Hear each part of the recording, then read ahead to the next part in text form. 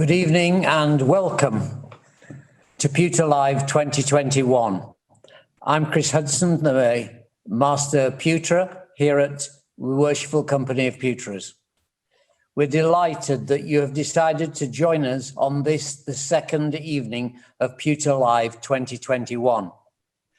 For those of you who joined us yesterday, you'll notice that I'm in the same room, but yesterday was a background picture. But today I'm actually in the courtroom of the Pewterers Hall in London. So as some of you might know, 2021 marks the 33rd anniversary of this competition, and the first online exhibition in its history.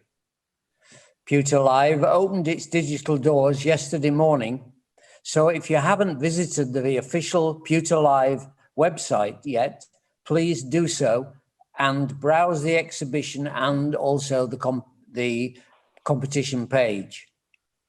We hope you will join us in supporting our vibrant and creative industry by visiting the exhibitors' websites and purchasing some of the unique products available to our online visitors. This Pewter Live brings together expertise in an exciting program of daily talks and workshops, opening up new avenues of education and conversation that we hope you will all enjoy. So without further ado, I'm now going to hand over to Paul Wildash, a past master of the Worshipful Company, and actually the master who enrolled me as a freeman in this company. Paul is going to chair this evening's session. So Paul, over to you. Thank you, Master, and thank you all for joining us this evening, and a very warm welcome to Pewter Live 2021. We're delighted to announce this evening talks will feature 3 designers from Design Nation portfolio. Our first event today will give you a fascinating insight into the work of Amy Leigh, a contemporary designer specializing in contemporary jewelry, design work, and metalwork. Amy Leigh will demonstrate her work and give us a tour of her Suffolk studio, where she continues to develop her recognizable signature technique, which is melting pewter to a solid state before rapidly cooling it in water, capturing the energetic and fluid form of the once molten metal. In the last 5 minutes of this session, Amy will answer any questions. So please make sure you send the questions to our assistant clerk, Lisa Franco, via the chat box on the Zoom. Amy will give an intro on her work and she will share her screen to show some slides. So over to you, Amy. Hello, everyone. Thank you for the introduction, Paul. That was very lovely. And thank you, everyone, for joining us this evening. Hopefully, what I'm going to chat to you about will be interesting to some of you. So it's going to be quite an informal chat. I'm going to talk through what it is that I make, the work that I create, and mostly why I use pewter and why pewter is such a unique material for what I do. Pewter has a number of very unique properties that are perfect for the way that I use it. So I'm going to be chatting you through this unique process that I use and why pewter is the perfect material for that, really. So I'm going to start by talking to you about how I discovered pewter and how I came to work with pewter. It's not a material that I've always been aware of. I'd say about 7 years ago when I was at university, that's when I first discovered pewter and when I first really started working with pewter. At the time, I was in my final year of university. I studied design crafts at De Montfort University. Design crafts is a really broad degree. So it's material based and it's about introducing you to many different materials. So we were taught glasswork, metalwork, ceramics, woodwork, a real range of materials. And I was always really interested in trying new materials, trying new techniques and discovering new ways of working. And in my final year, I was doing a project where I was looking at contrasting materials. I was looking at combining unusual material combinations, using materials that you wouldn't normally see together. And I was then also looking at, that led me to look at contrast within the same material. So I then started looking at materials that change state from liquid to solid. And that became something I was really interested in, this idea of contrast within one material, that it could look so different whether it was in its liquid form or in its solid form. There's such a contrast in that process, and that you can change that material so instantly by melting it, and it almost becomes a completely different material. So that's what this project was, and I was looking at contrast. And at the same time, I remember seeing on the news that year that Niagara Falls froze over. And I just became so captivated by this idea of that contrast within that waterfall. And I viewed that like a material. And it just fitted in so perfectly with this idea of contrast that I was researching. And I remember seeing Niagara Falls and thinking, normally you see images or videos of Niagara Falls or any large waterfall, and it has so much energy and power and movement, and it's so noisy and roaring. And when it freezes over, it still has the same appearance, but it's suddenly silent and nothing's moving, but it really looks the same. And I'll just share an image with you now so you can see what I mean and why I found this so inspiring. Just hold on one moment while I share my screen with you all. So hopefully you can all see this. So there's a picture of Niagara Falls when it's frozen over. And I'm sure you can all see why I found that such an inspiring image, that to look at, it looks the same as when it's normally flowing. It's got energy and fluidity and power and movement, but to stand there, it must be completely silent. And I really became really interested with this idea of thinking, can I replicate that concept in a material? Can I find a material that I can capture this energy of fluidity and movement in its solid form? And so that's when I started playing around with different materials. To start off with, I was using wax.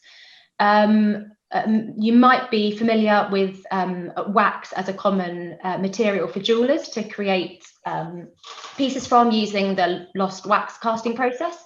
So obviously at the time, I was in my final year of university in a jewelry and metal workshop, and I had access to a lot of wax for that reason. So I started melting wax and pouring it into water.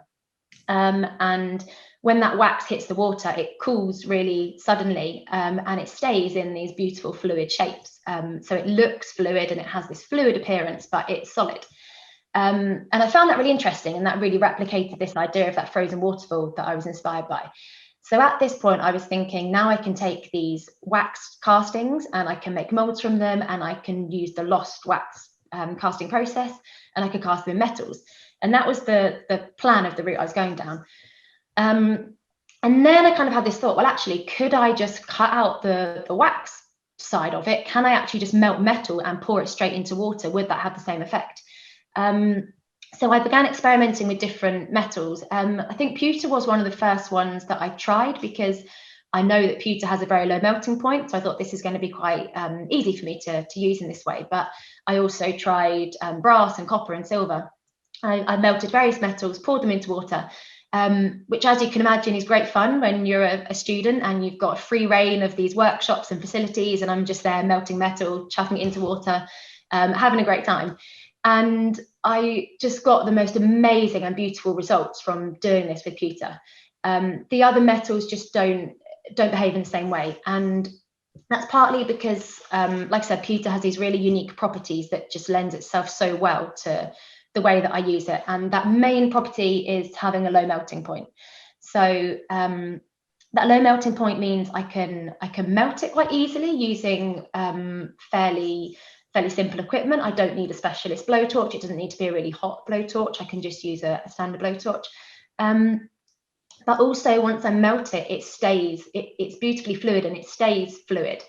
And that gives me time to play with it. And that's a really important thing in allowing me to experiment and create this work, because other metals, to heat them and get them molten, you then always have to, keep the heat source on it. As soon as you take that heat source away, it starts to go sludgy, and it just doesn't have the same effect. Whereas with pewter, I was finding I'm melting it, it's beautiful and fluid, and I've got this time to play with it because of that low melting point. So that was just absolutely perfect for what I was wanting to do. I was pouring it into water, getting these beautiful pieces.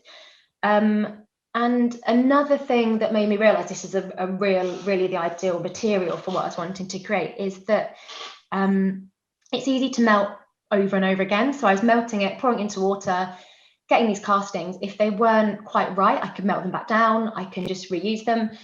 So that makes it cost effective, but also makes it an environmentally friendly option, because there's really no waste with it. I can keep using it over and over again. Also discovered at this point that it's a relatively cheap metal in comparison to gold or silver or other metals. It's relatively low cost, which again, that's a really, really crucial property for why it works so well in my work, because again, it allows me to experiment and play, and that's a really a vital part of my work, is trying to produce work that I haven't seen anyone else doing and I haven't seen done before. So experimentation is really important. So it being affordable to me, I could purchase fairly large pieces and be melting fairly large pieces, made it just the ideal material to work with. So after I discovered this at university, that I can melt it, pour it into water, get these beautiful castings, which I'll show you some samples now actually. So these are, if you can all see this, okay, this is pewter that I've melted and poured into water. So I hope you can all see this okay. I'm hoping you've all got me on the speaker view screen, so you've just got me on the screen and you should be able to see. So if I show you a few different pieces, so each time I'm getting completely different results, but they're just really beautiful organic sculptures. And I love these pieces, I think they're really beautiful, but they can be quite brittle, they can be quite spiky. And at this time at university, I was wanting to then create sculptural jewellery from them. So I was then looking for another material that would work alongside the pewter. Again, I was looking at this idea of contrasting materials, so I was wanting something that was a very different material. And I then came to start working with resin. And that's a material I still work with. Now I use either bio or an eco resin, usually clear, sometimes I add a white pigment to it. And I use that resin really as a body to hold the pewter. So originally at university, this started out as I created a series of sculptural rings that were made from resin, and the pewter was kind of bursting out the top of them. And yeah, I just love these two materials together. I think they work so well because they contrast each other, but they both, to me, kind of go back to this original inspiration of that frozen waterfall, that they both have those similar reflective surfaces. So I'll just show you a couple of images now of some of the work that I was creating at this stage in my last year of university.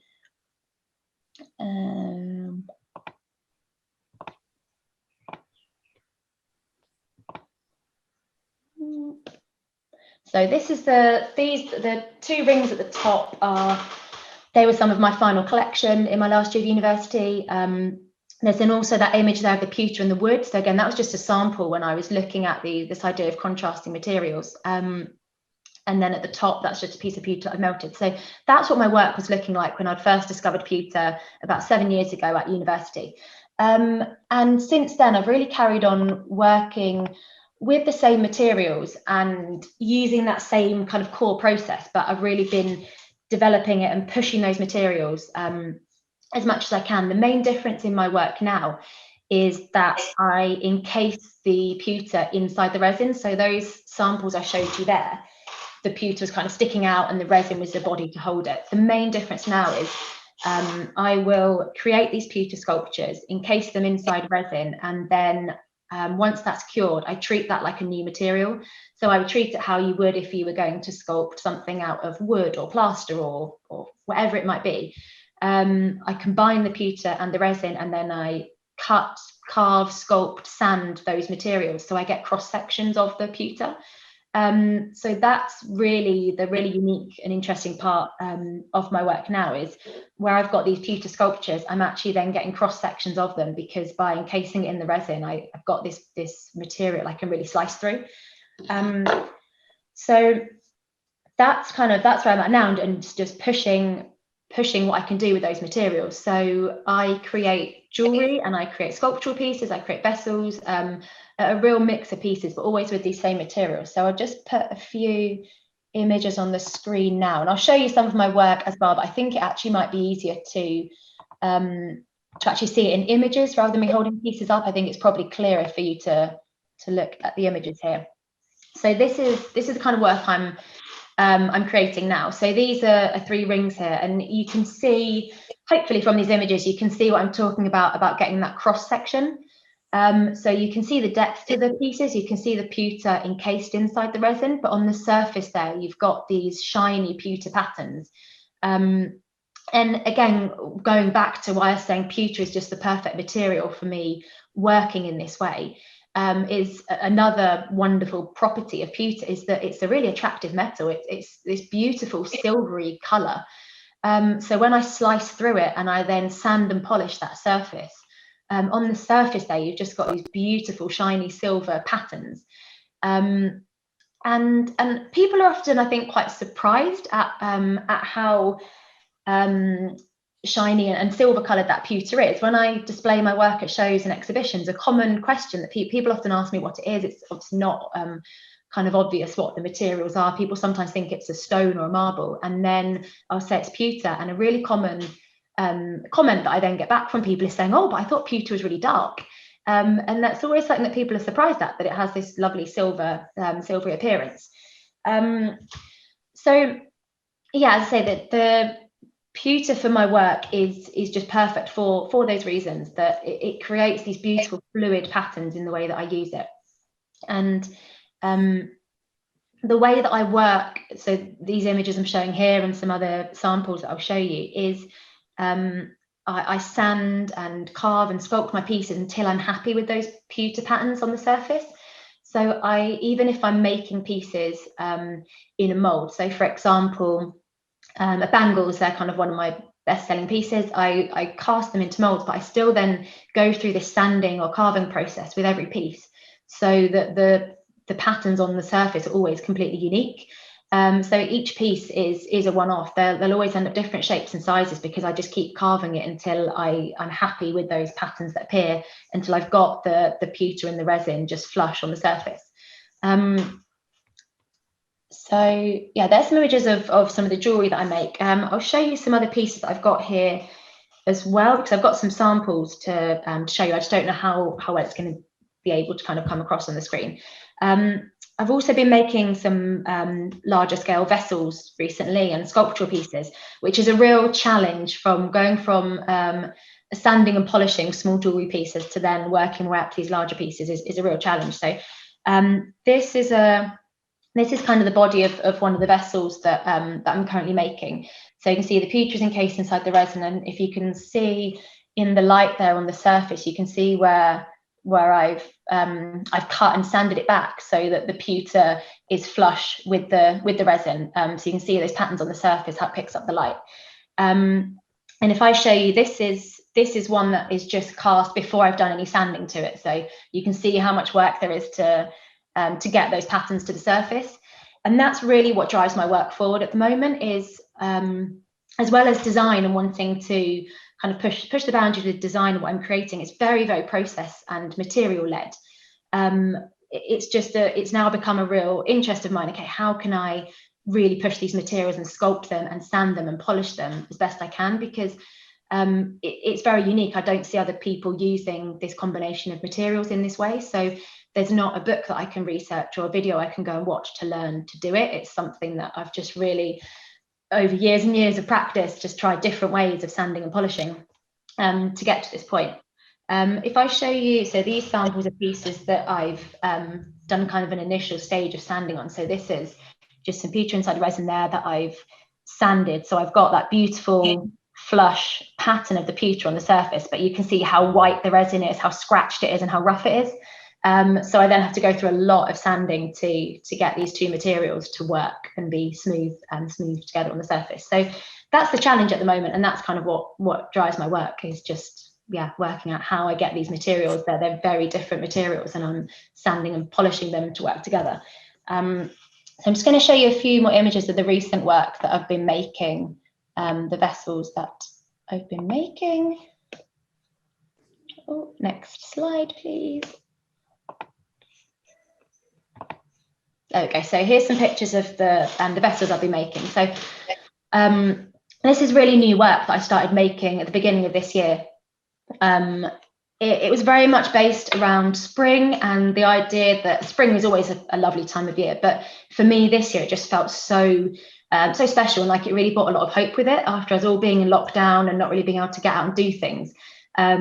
Seeing those first signs of spring this year just seemed even more kind of exciting and promising than usual. So I created this collection of vessels that have a small well and a small silver stem there to put a cutting in. And the idea is that it's just to display a very small token of something, that a little cutting you might take from your garden or something that you might find on a walk.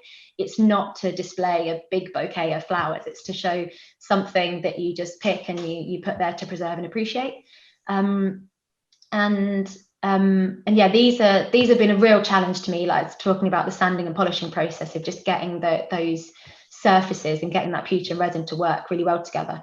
The other material that I've used here, the stem is made out of silver, and yeah, just getting these really unusual materials to kind of work harmoniously together, I think that's kind of the what I find interesting about my work and what I find challenging. So yeah, that's kind of the piece I wanted to show you and what I wanted to talk to you about. I'm going to do a demonstration now. If I just move some pieces out of the way, I'm going to just do a quick demonstration showing you how I cast pewter into water. This is going to be a kind of toned down version of what I normally do, because I'm very aware that not only have I got an audience, but I've also got my laptop in front of me, and I'm in my studio rather than my messy workshop. So I'm just going to be melting a small amount of pewter and casting it into water, but just to show you how it will just be completely unique each time I do this. So bear with me one moment.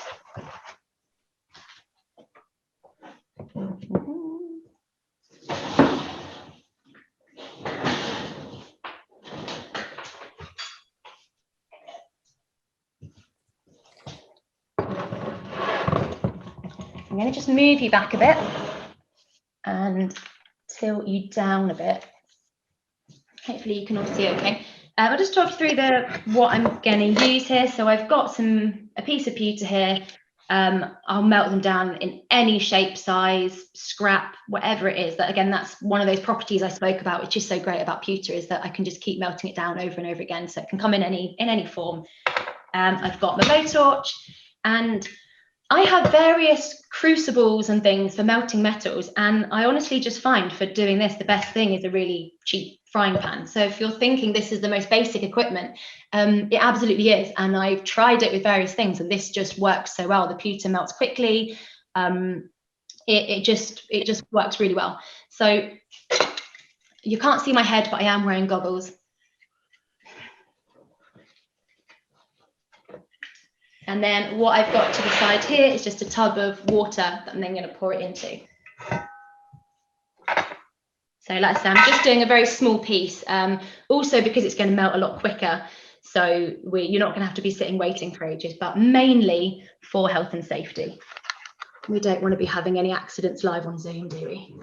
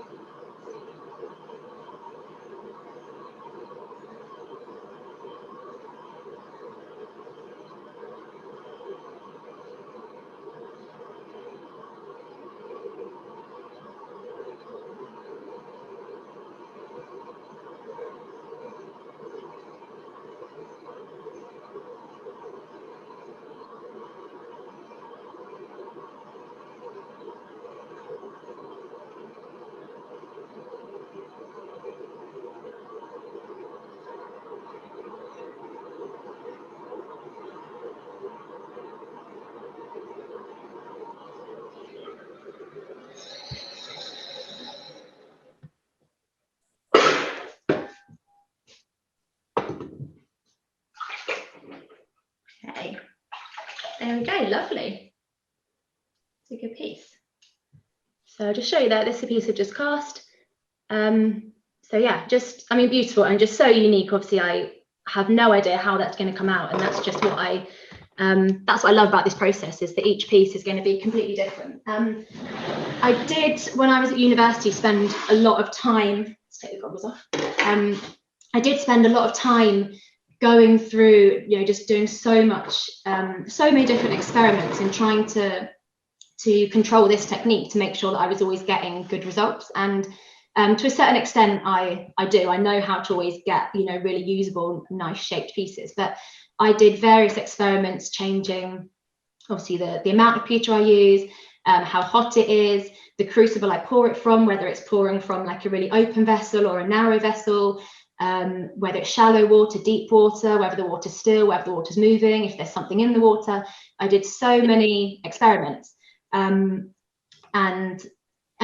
got it to a point where I know that I can do this over and over again and get these beautiful shapes to work with.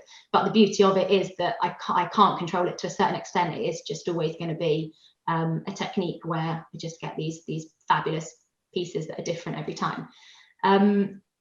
So yeah, I think that was kind of everything that I wanted to share with you. I'm just gonna pop up a last slide here. Just if any of you did want to see, oh, 1 second. Sorry, 1 second.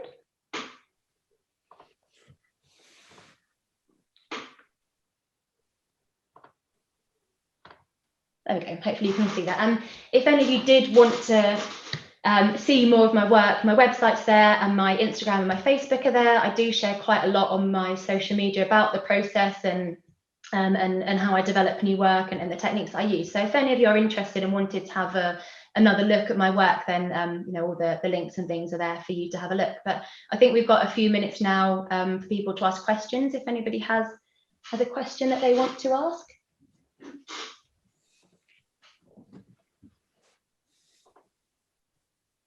You have got a little bit longer if you want to talk. Oh, sorry, I've got longer. Sorry, did you say I've got longer? I went on longer. You've got another, no, you've got another for 5 minutes, 10 minutes if you want to. Oh, fabulous. Are there some, so I can see something in the comments. Let me just have a quick read. Oh, lovely, thank you. So we do have a question, Amy, for you. Yeah. And the question is about reusing pewter. Mm-hmm. So can you retain or use pewter once it has been mixed with resin? Okay, so when it's been mixed with resin, it's difficult to get it back out again. The resin really bonds to the pewter. I have had pieces where I've managed to chisel it off, but it's difficult to take it back out and use it as a metal again.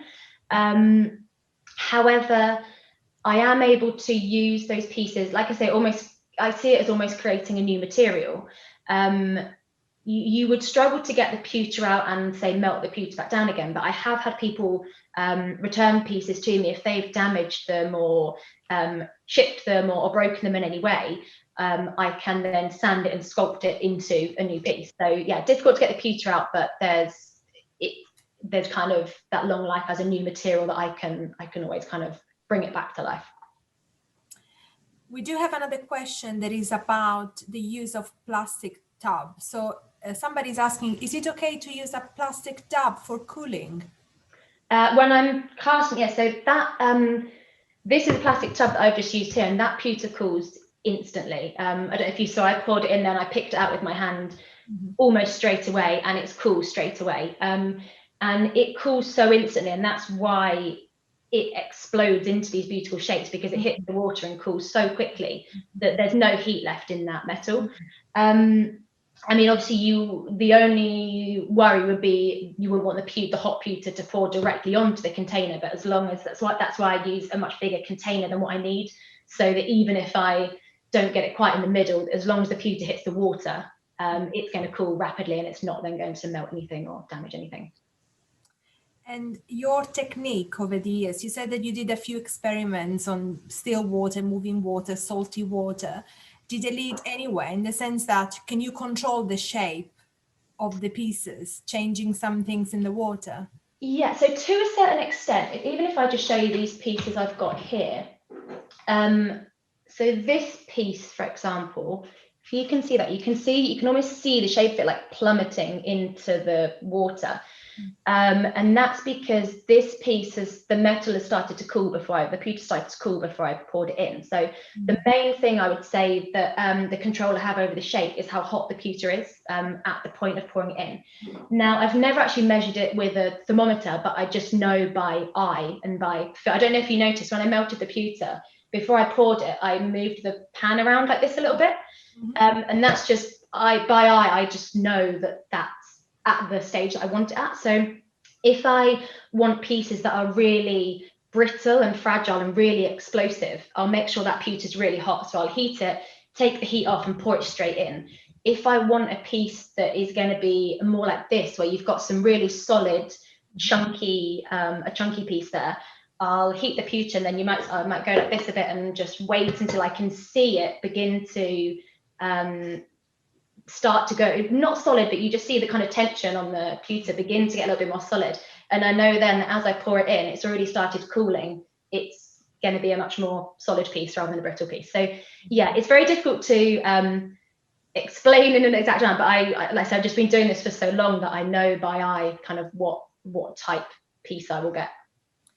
So just another question of the water again. The way you can control it by heating the water, does it make any difference? Yeah. So again, that's something I really notice. If I'm casting, I won't normally just do one small casting like that. I'll maybe spend an afternoon, cast loads, and just because it's more efficient, I'll cast loads of pewter in one afternoon, have all these pieces, and then I'll work them into something.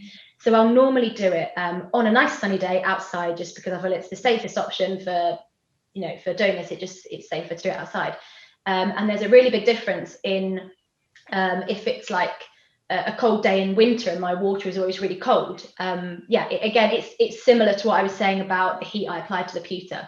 I guess it's just the difference in temperature between the pewter and the water. So whether you're changing the temperature of the water or the temperature of the pewter, it gives the same effect. So if the water is hot, if the water is warmer, it's closer to being a similar temperature to the pewter.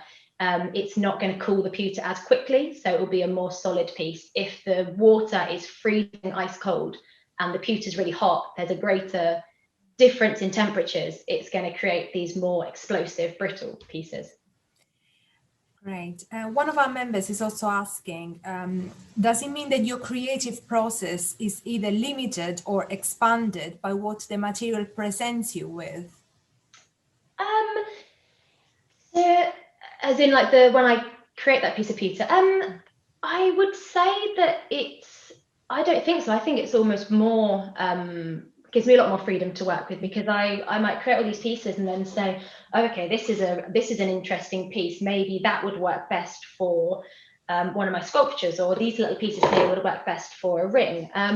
So I have a range of products that I create, and I know the kind of pieces I need for them. But also I might then just see a really beautiful piece and decide actually that's going to become something else. So some of you might be aware of Ella McIntosh's work as well. I think she's involved in Pewter Live. Me and her are actually doing a collaboration at the moment, because I cast some pieces where, like I was saying, the pewter began to cool a bit before I poured it in, and I had these pieces that were quite long and solid, and they're beautiful, but they just aren't really ideal for what I wanted. But I looked at them and thought they'd be amazing handles for spoons, and Ella creates beautiful pewter spoons. So I got in touch with her and said, do you want to do a collaboration? And we'll, so that's, yeah. So maybe it could be limiting in some ways, but I think actually it's quite inspiring sometimes to have the process lead the design, and then I can look at it and say, oh, wow, well, I could do this with that piece. Beautiful. And do you have any of the molds of the rings that you're creating and producing? How do you mold those? I can show you.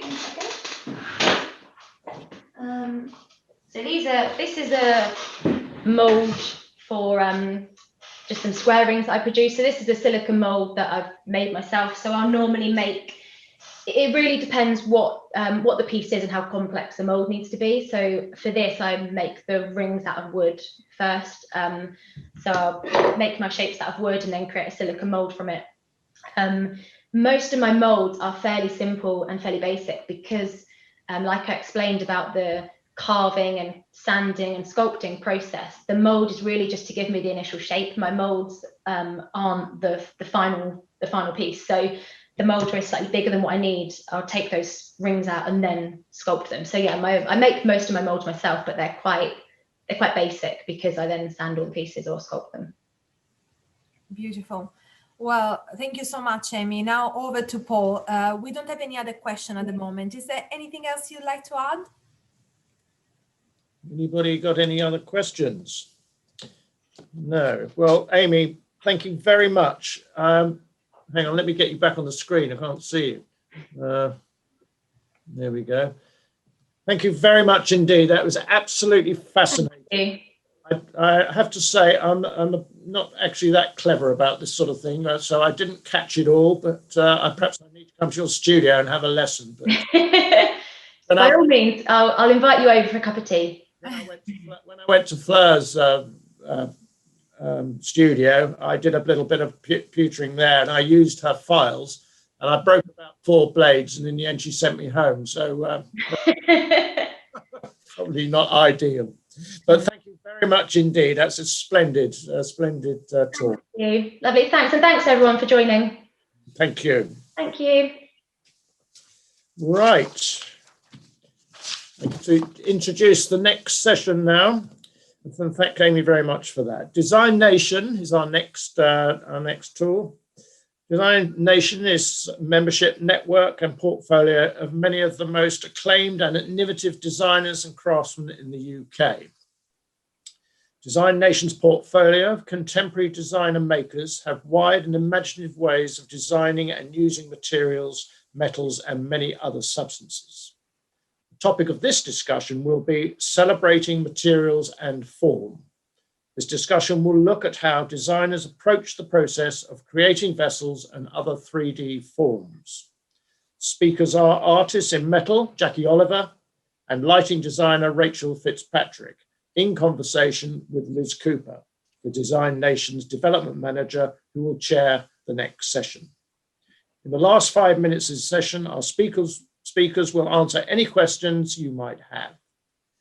Please make sure you send the questions once again to Elisa Franca via the chat box on Zoom.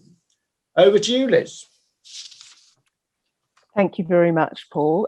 We're delighted to be here. I'd just like to say before we go into our discussion, if anybody is interested in seeing Amy's new vessels, Amy, you really should have mentioned this. Amy's also a member of Design Nation, and we've actually got her new vessels, the lovely little flower holders, on show at the Design Centre in Chelsea Harbour in London this week and next week, Monday to Friday. I can't remember the exact hours, it's something like 9:30 till 5.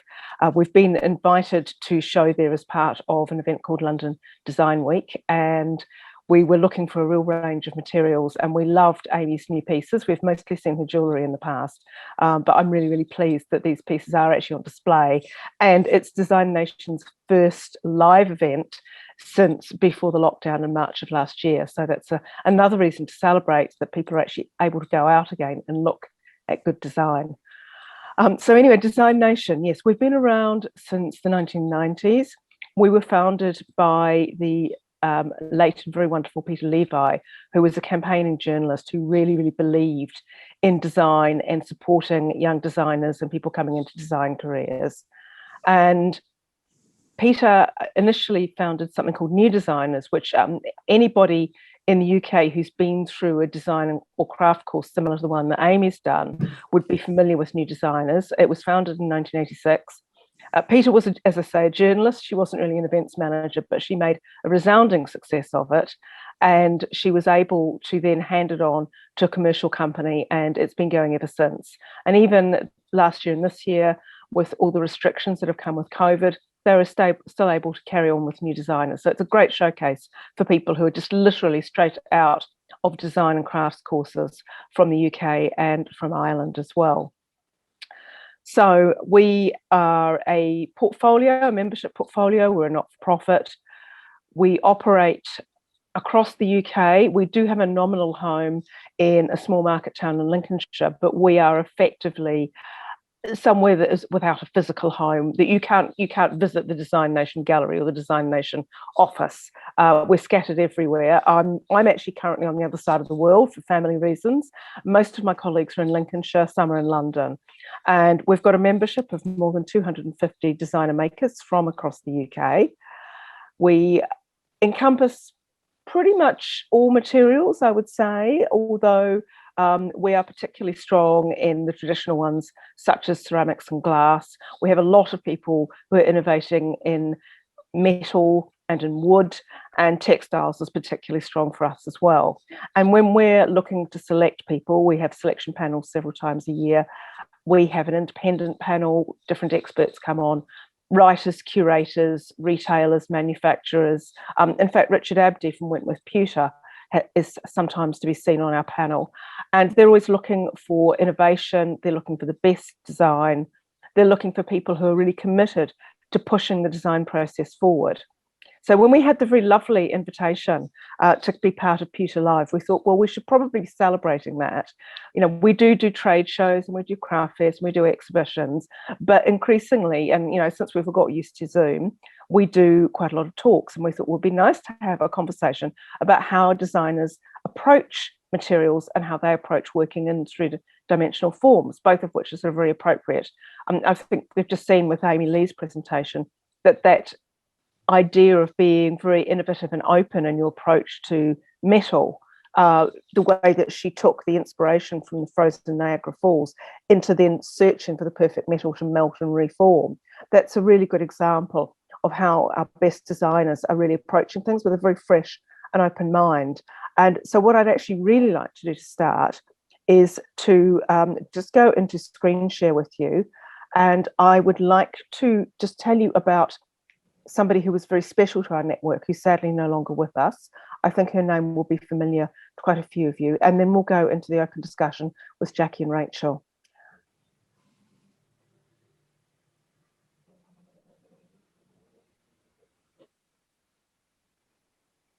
So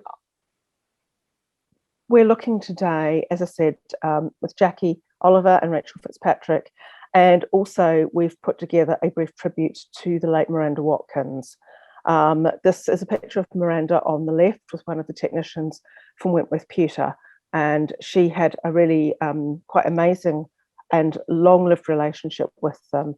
And it all came about from a Design Nation initiative, which ran for several years in the first decade of the 21st century, called Eureka. And this is part of the collection that Miranda developed with Wentworth Pewter. It's spun pewter vessels, and the collection is called Gleam. I think you might agree with me that that is a really, really great name for it.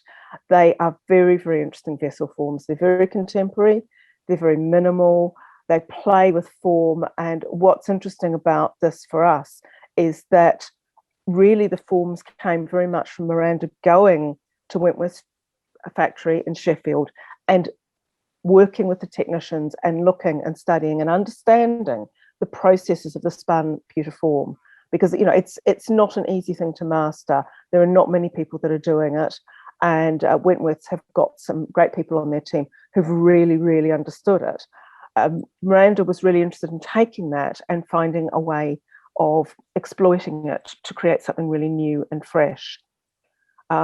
Miranda was a very amazing product designer. She wasn't a metalsmith of any kind. She did have a metal background. She had a pretty impeccable pedigree, actually. Her father's David Watkins, who's a designer. Her mother was Wendy Ramshaw, who was a jeweler, who sadly has also passed away in recent years. Anyway, the Gleam collection, it was mainly table vessels, primarily sort of vases and bottles and bowls, but she did create two versions of a cocktail set, both of which I think are absolutely lovely. And the one on the right, which has the martini style glasses, has actually been acquired 10 years ago by the V&A. So it's in the permanent collection of the V&A as an example of contemporary metalsmithing. Miranda had a very inquiring mind. She was constantly looking for new forms. The piece on the left is the original tea light holder that she created as part of the original Gleam collection in 2008. She also created some more if you like, traditional candlesticks. And then on the right, we see one of the many colour combinations for the combination that she called stack. And I think this is a really great example of her playful approach to design. These stack pieces could indeed be stacked in any kind of order. They were all interchangeable. You could put your tea light holder into any of them. I chose the yellow one because I happen to rather like it, but this came in other colours as well. An example of some other of Miranda's work. This was not made in pewter, although it is in metal. This is a mobile form. She made a lot of mobiles. She really loved the playfulness that came and the idea of something that had, you know, a kinetic quality to it, like those candlesticks, something that could be moved around, that could be changed.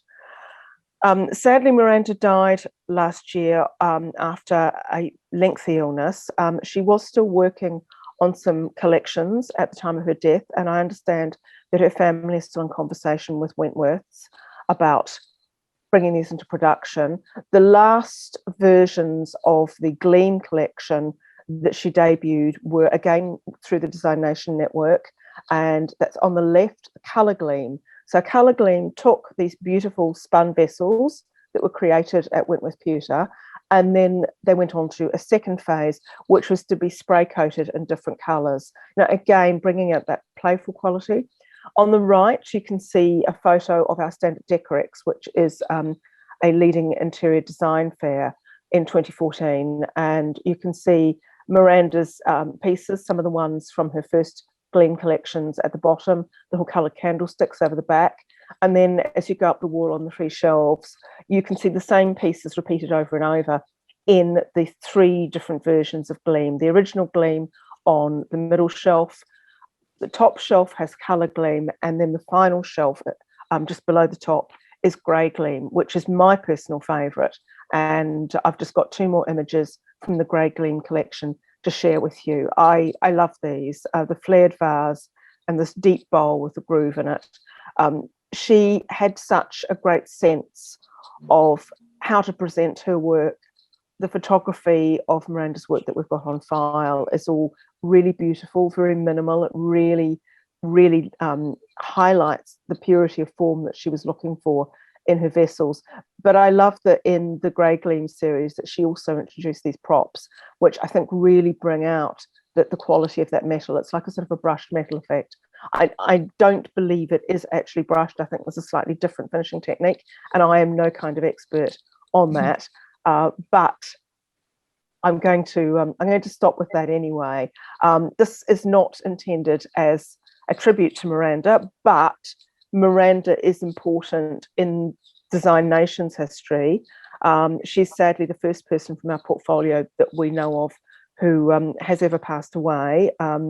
We do celebrate her and her history and the things that she's given to us. And we like to think that the members that we have in the portfolio today are very much continuing in the spirit of the way that she approached things. And so I'm really delighted that I can now introduce to you Jackie Oliver and Rachel Fitzpatrick. Jackie will be known, I think, to a number of you. She is part of the Pewter Live event in events in ways other than just this talk tonight. She is a metalsmith, a designer, a sculptor, I would say almost an architect in the way that she approaches 3D form, but I'll let Jackie tell you a bit more about herself. And then the other designer we're bringing in is Rachel Fitzpatrick. And the reason that I brought Rachel in is that she is not working in metal, but she's also somebody who, like Amy, really experimented with materials and forms while she was at art school, really pushed things to the limit and thought hard about different ways that you can use things that maybe we've always had rather set views about. So I think what I'd like to do now is ask first Jackie and then Rachel if they'd just like to say a little bit about themselves and their approach to their favourite metals. Shall I go first? Jackie, are you? Hi. Hey. Hi. So I studied at Middlesex University and then went on to Royal College. And I chose my degree because I didn't like metal, and the jewellery degree at Middlesex allowed you to work in a range of materials. And then the first day of my degree, we got shown how to pierce out using a piercing saw, and it was amazing. And I realised that metal is absolutely the material that I love working in. And since graduating from Royal College, I've done lots of short courses doing blacksmithing, enamelling, and I'm working on a range of scales. So I've made some sculptures that are 14 foot high, and then I've done silver boxes that sit in the palm of your hand. And then one of the people who I believe who everyone will have seen yesterday evening, Fleur Grenier, I was at Royal College with her, and she's always gone on about the beauty of pewter. And in 2019, she told me about the Pewter Live competition, and that was the first major time that I worked with pewter. And I was amazed at the qualities of it, and I've really enjoyed etching and experimenting with it. So that's what I do. Thank you, Jackie. And Rachel, would you like to share what you do? Absolutely. Yes, I'm slightly different, I suppose, in a couple of different ways. Well, I'm based in Northern Ireland here, and I studied at the Belfast School of Art. And when I was there, I was doing a textile degree. And we were being taught about the surface and what you could do with the surface of the textiles, from embroidery to print, and that was all fabulous, and I really enjoyed it. But then I looked one day at the edge of the material, and I thought, wow, this is the cool part of the material. This is the bit that I want to play with and experiment with and push. And being at art college, the things that you had to hand were your linens and your cottons and quite your usual textile materials. So I played around with those and could create beautiful, wonderful shapes with the edge and material, but nothing would hold. Nothing would really do what I wanted it to do. So I knew I had to look for something slightly out of the box. So I scoured haberdasheries and B&Qs and those kind of places, and gathered together lots of different materials and started to play with things. And I found my favorite material, which is Velcro. And it's that hook and loop tape that sticks together, and it can create shapes that will hold and stay. And there's lots of things that are nice about Velcro. One of my favorite things is that noise that it makes, that kind of nostalgia that it brings back of when brings you back to your childhood, playing with your goodies, putting them on yourself, or your first wallet that you've been able to put your own pocket money in. And it's that little crisp noise that you rip across. And so that was the thing that was like, wow, I love Velcro. But then from the textile qualities that you can apply to it, or techniques, it dyes beautifully. And you can create a whole spectrum of different colours out of this one material. And you can buy it in any lengths, widths, and you can create all sorts of finishes onto it, such as metallic finishes. And it really is a wonderful, versatile material. Fantastic. And it was a bit of an accidental thing for you. We had a little pre-discussion the other day, and the thing about techniques came up a lot. And I guess maybe different kinds of techniques have been more of a thing for you, Jackie. I don't know whether your techniques are, whether there's as much accidental discovery as there has been in Rachel's progress towards where she is now. Yeah, I think that so I discovered, I was told at college I should have tried blacksmithing, and I didn't do that till about a month after I graduated, and then wished that I had done blacksmithing before I graduated. And then an ex-student of mine, while I was teaching, said, oh, go and do a silversmithing box making course because there's a brilliant tutor.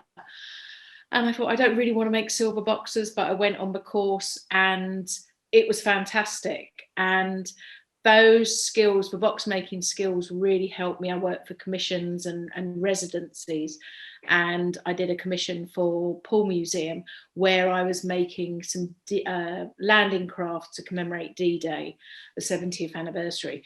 And I used the box making skills not to make boxes, but to make these structures. So, and then I by accident, or I had done a commission and I was invited to apply for the next year, and they asked me if the brief was to make something representational, and my work used to be completely abstract. And I sat there thinking, well, this isn't what my work's about.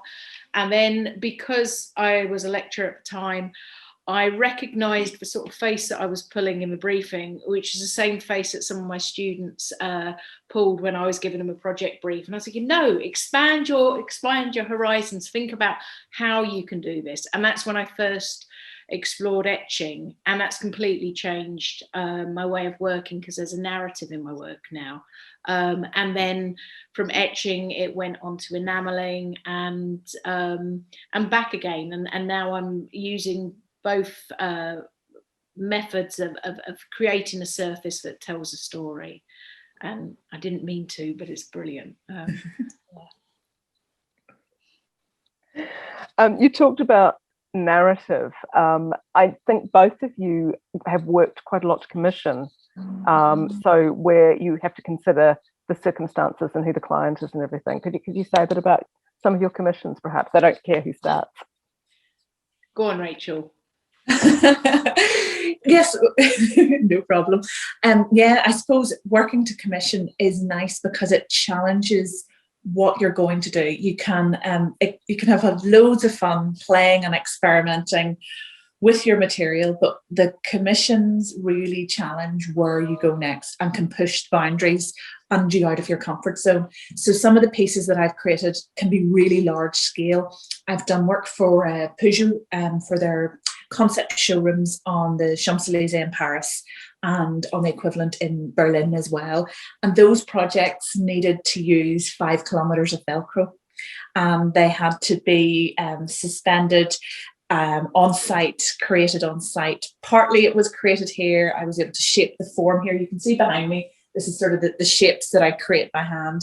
So I'd sculpted that here, and then it's the logistics of getting it over to the country or the place where it's going to be installed, and then putting it up. And luckily with Velcro, it's very light, and so it can ship easily, and it's very durable. And it wasn't too difficult to get it up on site. And there was just working with different languages and in a team.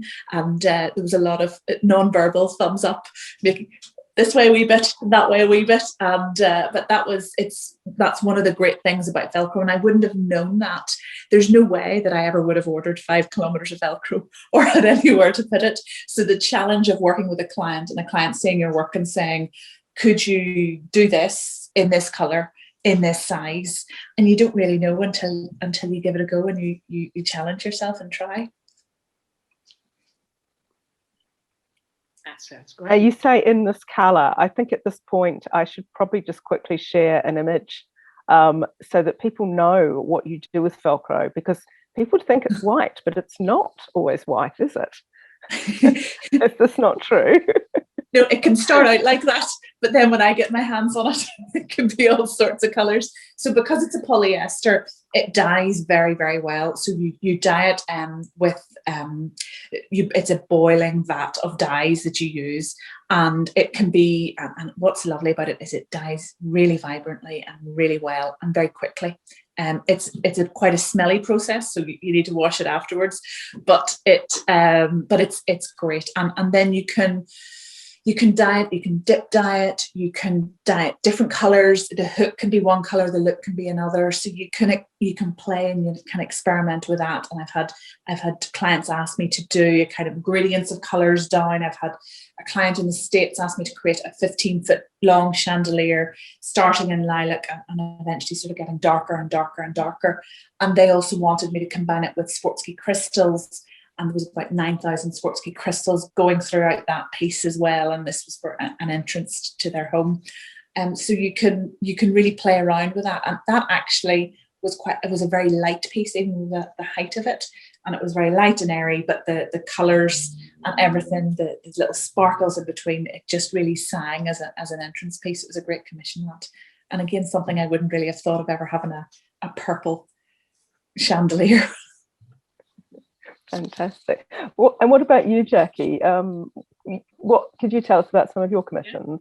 So I once again worked to do lots of commissions, and I really like residencies where it gives me the chance to meet people and they help me push my ideas on. So I did a residency at Teignmouth Museum and went through the archives there and found some beautiful boat drawings from the boat yard.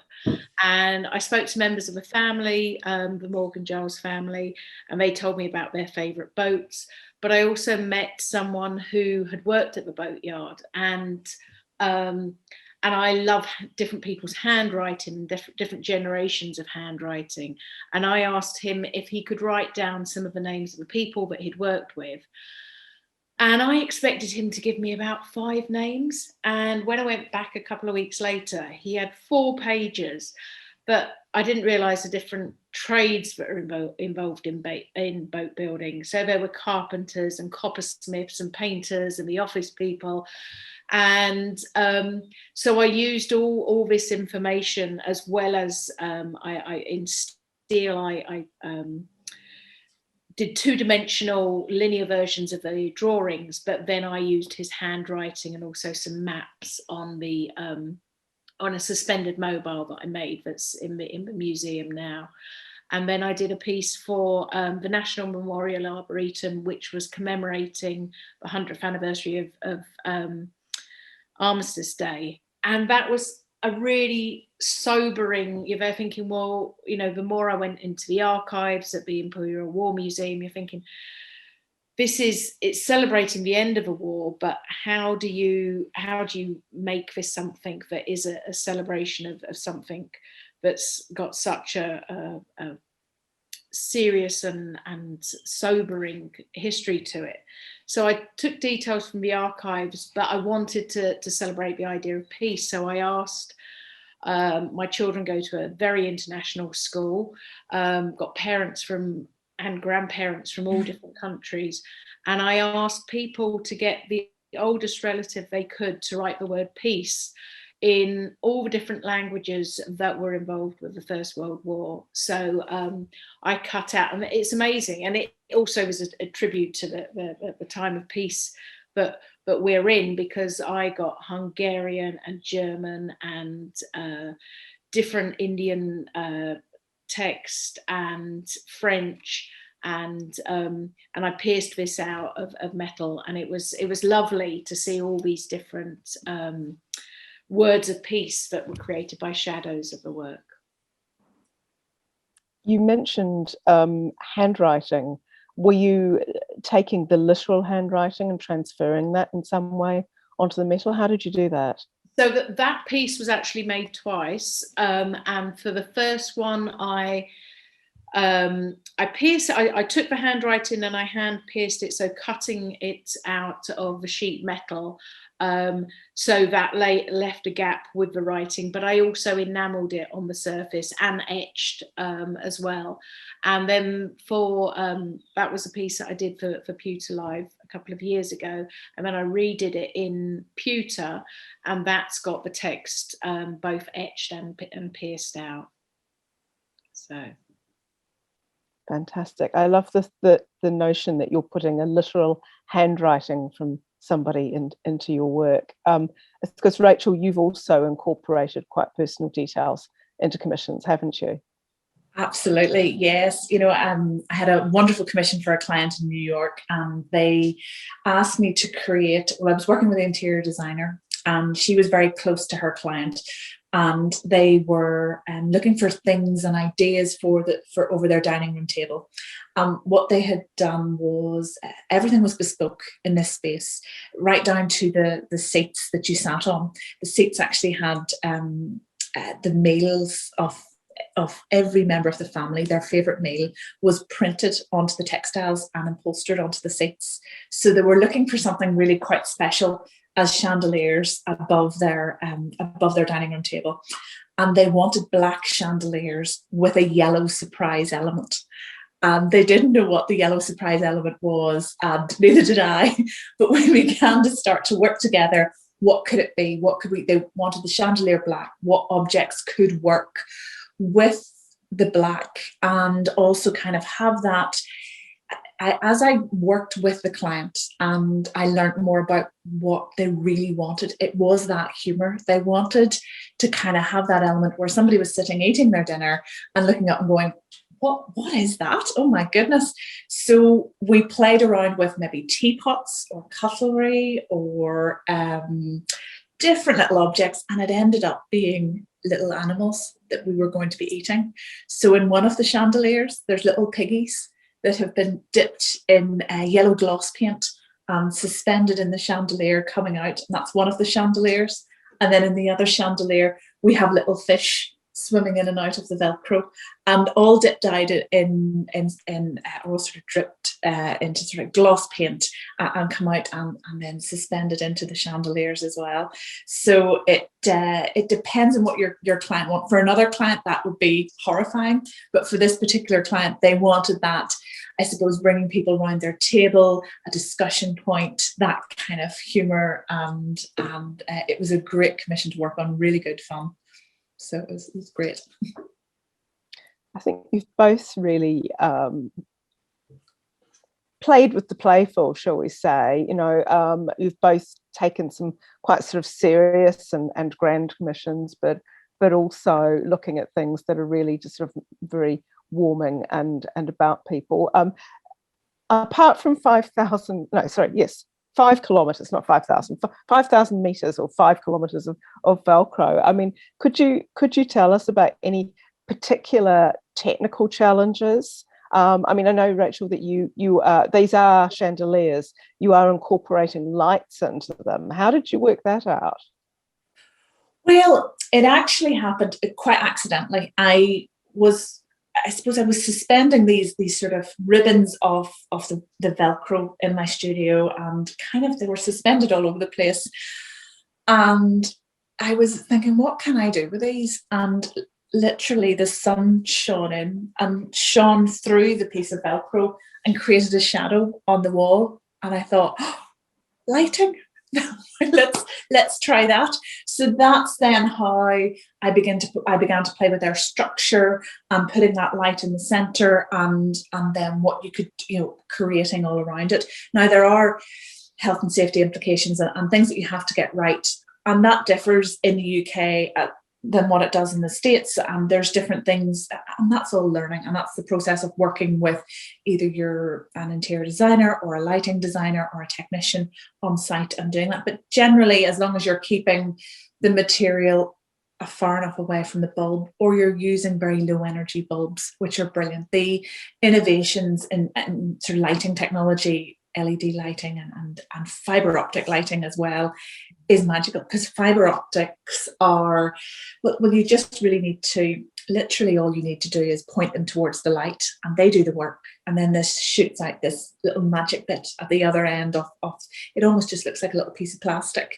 And I've worked with them and quite a few pieces, and clients love that as well, because again, it adds that, it adds a texture. I think clients who like my work like texture, and that additional little something coming out and giving a little bit of textured lighting coming out is really quite beautiful and quite magical. It's almost like something dancing around the piece.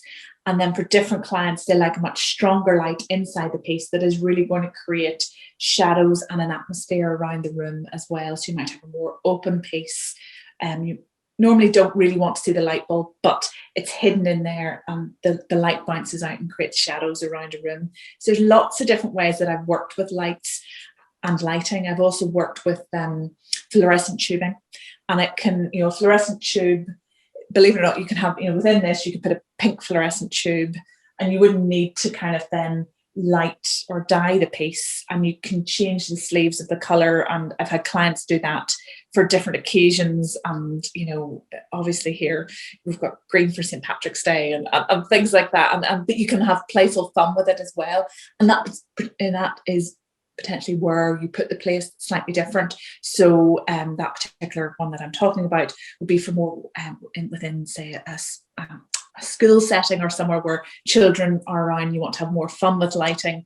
So there's lots of, depending on your client is really, and what they want and what the outcome of the piece is, where its permanent position is, then you can kind of work with a lighting solution. But it's amazing how quickly lighting has changed. Even, every couple of years there's a new innovation and a new way that I can incorporate it in Velcro, which is even better. So it's good fun. Yeah. What about for you, Jackie? I mean, you talked about etching and learning piercing on your first day at art school and everything like that. But what do you think are the biggest technical challenges for you in your work? So at the moment, so one technical challenge was when I started etching, I was working on a commission for commemorating D-Day. And I like to use an acid that's really, really weak. So it takes a long time and you get a very slow, controlled acid etch. And then one day I went off to teach and forgot that I had left a landing craft that I had spent about a week constructing in the acid, and went off to Banbury. There was no way I could get it out. Came back from work and went and picked up this landing craft, and I was etching both sides and it etched all the way through. And my first thought was, oh my goodness, I've just destroyed this piece. And then I realized that actually it looked just like one of the Mulberry Harbours, which is off the coast of Normandy, and it was fantastic. So ever since then, I've tried to push the etching as far as I can. But another thing, a real challenge for me is, because of the piercing that I love, making holes in the metal to shine light through. When I'm enameling, I tried doing piercing out letters in steel, which takes for absolutely ever. And then when you enamel on it, the steel expands and contracts, and the enamel just cracks, and it's soul destroying. And then I've developed, I also enamel on copper, and the way that works, that doesn't crack so much that it still cracks on occasions. So so that's what I'm working on at the moment, perfecting that. Great. It's interesting. I hadn't actually picked up on this before, but I was just having a quick look around at images that I have of your work, and I've had a few things sitting on my laptop, and there's one image here from your allotment plots piece. Oh, and I'm seeing a real commonality between your work and Jackie's with this, because it's, well, in this photo, it's about the shadows, isn't it? Yeah, I spend forever working on the shadows, and some of the time I'll spend hours or weeks or months on a piece, and then when I'm photographing it, it's the shadow I like more than the piece, and I've worked on all these details, but the shadows are a really important part of my work. Yeah, so sometimes it's not even about the actual work, it's about the effect that it's giving.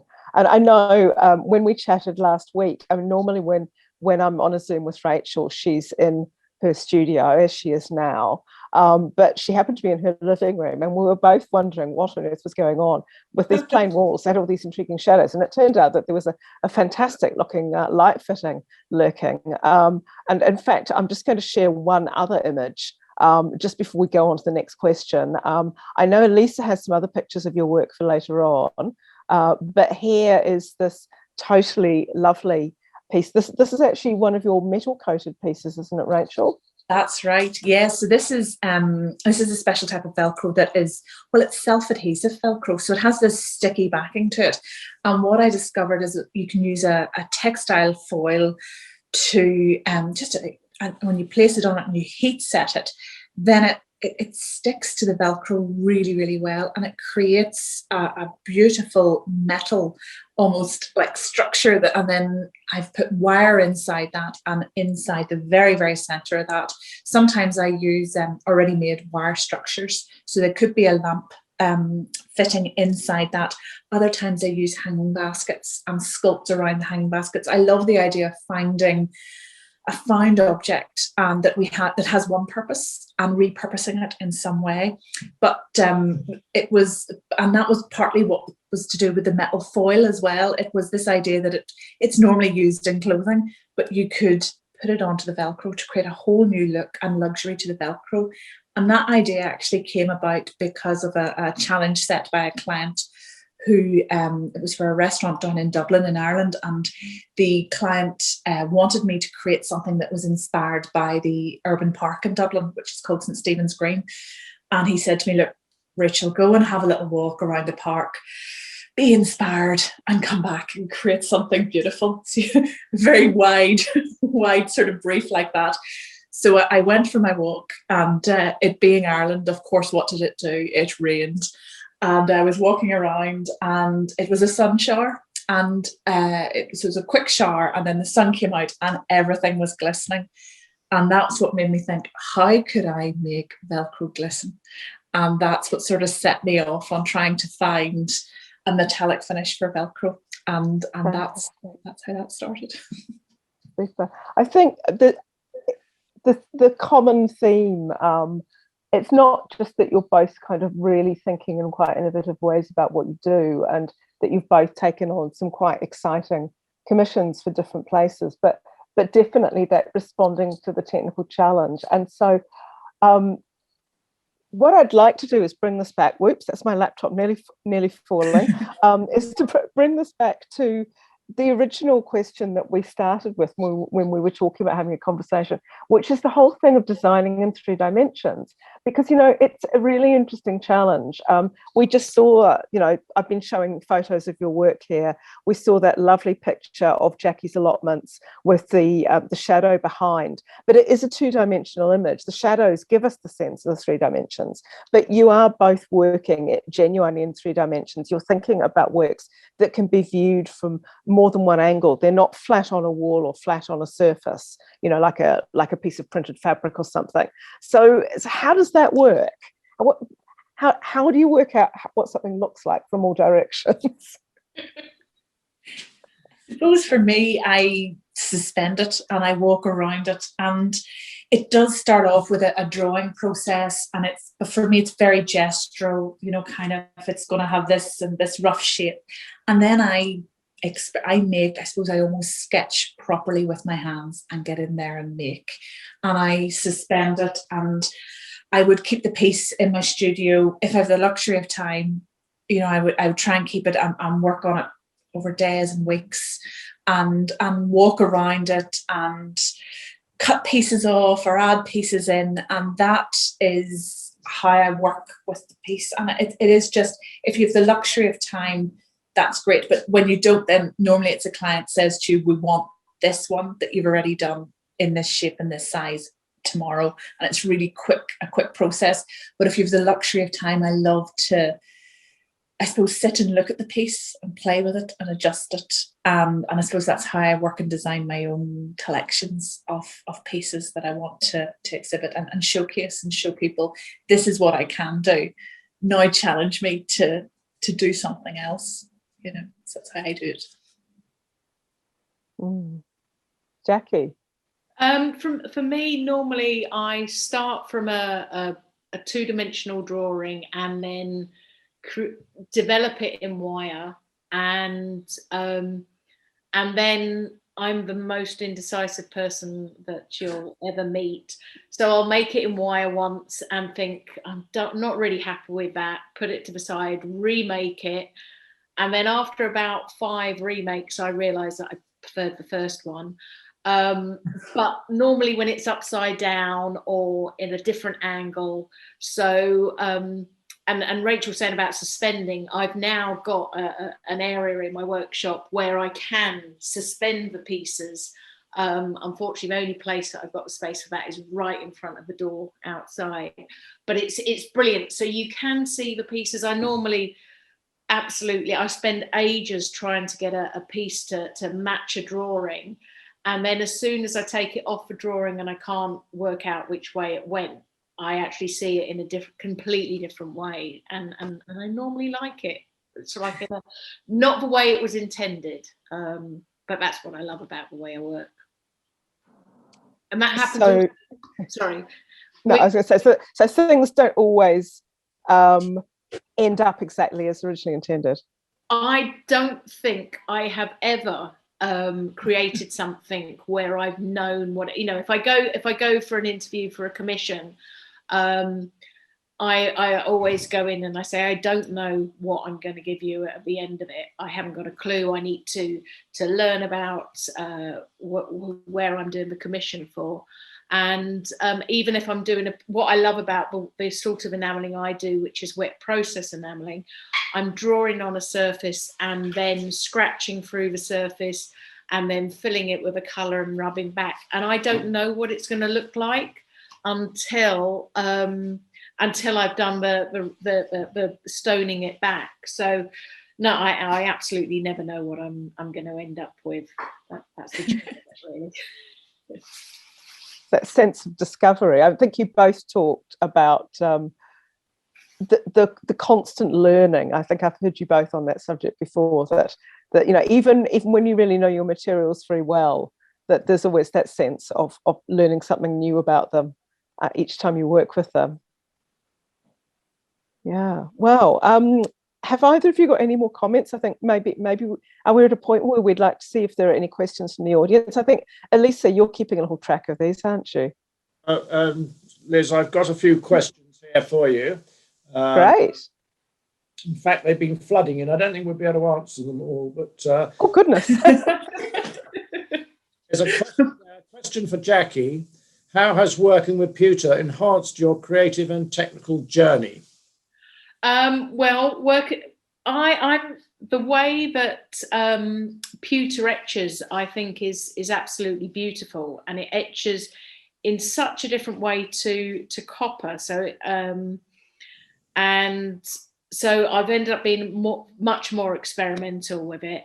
And the piece that I did for Pewter Live last time, there were the properties of the way that it's so soft. So I had some steel pieces in it that went into the surface, have allowed me to work in a way that no other metal would do that, which has been really nice.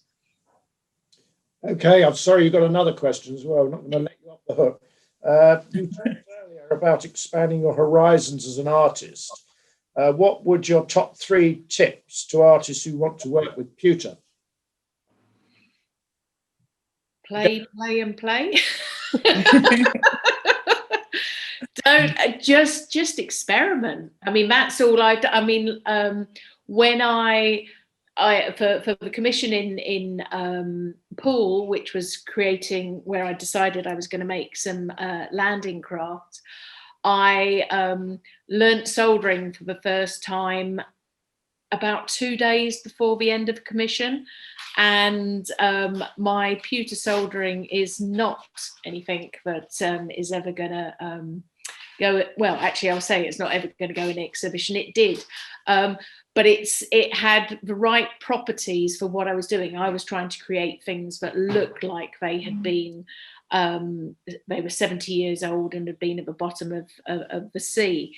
So I think explore what you can do, and then just exploit the properties that you're getting out of it is the way I like working, really. Very good. Rachel, I'm not letting you off the hook. Very good. I can't find the question. How can you maintain the Velcro? Well, that's a really good question. The most important thing is not to get it too tangled up on itself. So it depends on the structure of the piece, but a good feather duster in the house, just kind of dusting, and if it gets a little bit, if there's any bad bits, a little baby wet wipe is great as well. I have had a piece that came back from a restaurant that was doing an awful lot of an awful lot of coffees and steam and that type of thing, and it actually I had to take it apart and wash it and it was able to wash. Actually, I was able to put it wash it through just a standard washing machine. Velcro is incredibly durable, and that's one of the great things about it. So this piece was just dyed, and it was white Velcro that was dyed in quite vibrant colours. I was able to take it apart, making sure I didn't have, the worst thing about Velcro is if you get a tangle of one strand of hook in amongst all of the loop tape. That is a nightmare. That could take days to untangle. So that's the one thing you don't want to do, but everything else is very, very fixable. Okay, and Liz, I've got one for you here. What sort of designer do you seek to join Design Nation? Oh, well, we're very open doors, although we do have a selection process. Our main membership, as I said at the beginning, is through a panel of experts, which changes at every panel. And although we will admit to people like the lovely Richard from Wentworth Pewter being on our panel, we will never say which panel they've sat on. They stay anonymous. But what we're looking for is people who understand their practices, who are working in contemporary designs, people who are looking to connect with the design community and to take their practices forward, who are looking perhaps to work collaboratively, who are really committed to creating the best kind of work. They don't necessarily have to be very established people. They could be people who are quite early in their career. In fact, we do offer a level of membership for graduates, which is slightly different in that they get access to all of our training opportunities, but they don't tend to get access to some of the same professional showcases that we might do, because we understand that they're at a different level of practice.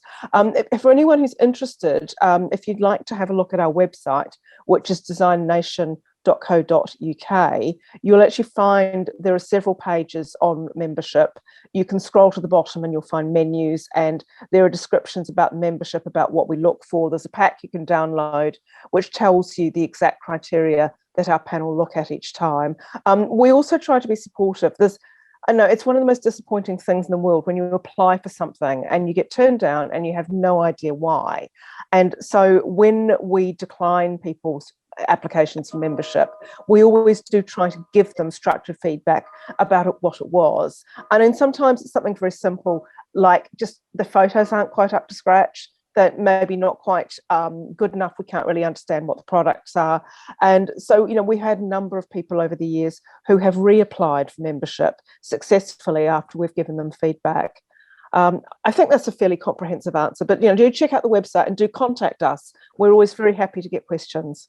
Well, thank you very much, Liz. That's fabulous. And I'd like to thank both Jackie and Rachel for absolutely, thoroughly interesting. The Velcro thing is something I've never even thought about. Thank you, Paul. Thank you. Thank you all very much indeed. So what am I doing now? So I've got to, so that session's over, I'm afraid. Yeah, so we move on now.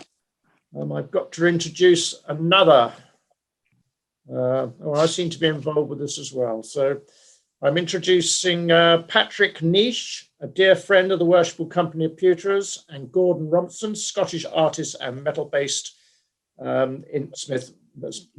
based in London.